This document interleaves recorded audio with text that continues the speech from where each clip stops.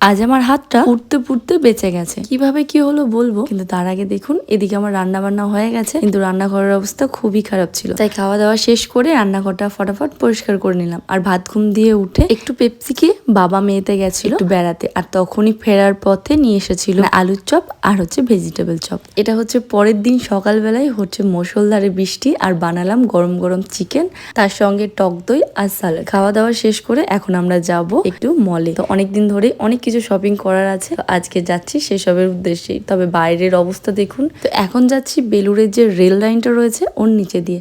বাকি অন্য টাইমেও থাকে এখানে জল জমে, আর বর্ষার সময় তো বলাই যায় না। বাইকের চাকা যতক্ষণ গড়বে মেয়ে বাইকে ততক্ষণই বসে থাকবে। এখন পৌঁছে গেছি রঙ্গোলি মলে, ওদিকে ওরা বাইকটা স্ট্যান্ড করে চলে এসেছে। মাম্মাম এখন দেখছে মাছ, তারপরে আমরা চলে যাই ভিতরে। তো আজকে কি কি শপিং করলাম, তারপরে কি খাওয়া দাওয়া, আর বাকি সন্ধ্যেটা কিভাবে কাটালাম সবকিছু নিয়ে আসছি পরের ভিডিওতে। টাটা।